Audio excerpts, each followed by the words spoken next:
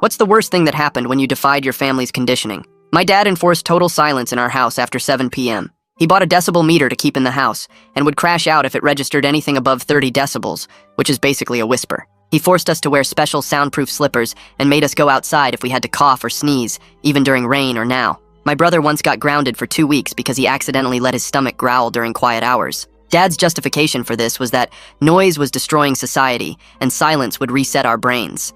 But really, he just wanted to forget he had a family. Mom left after 6 months, saying she'd rather be homeless than live in a tomb where she couldn't laugh at her own TV shows.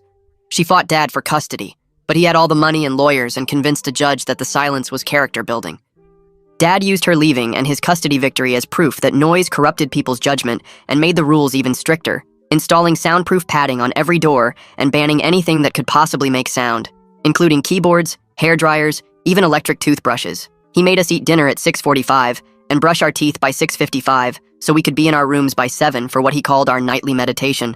My older brother Miles saved my sanity when he found an abandoned TV at a garage sale and secretly set it up in the basement storage room that Dad never checked because it was full of Mom's old things. He ran an extension cord from the water heater and created this tiny sanctuary where we could whisper and watch shows with the volume barely audible.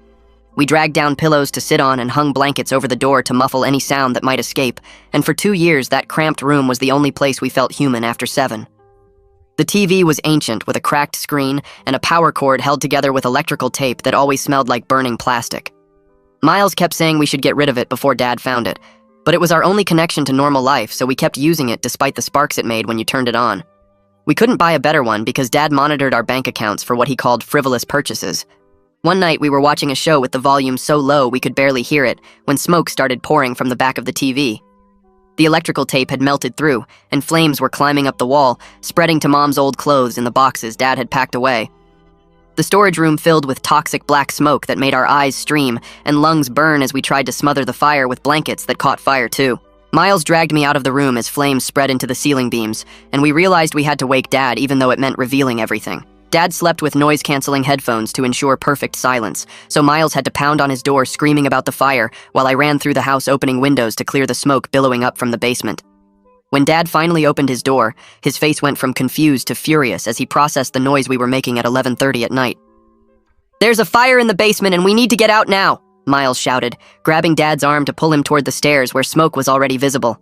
Dad jerked away and started screaming about how we'd violated his trust and destroyed the sanctity of quiet hours, even as smoke poured under his bedroom door.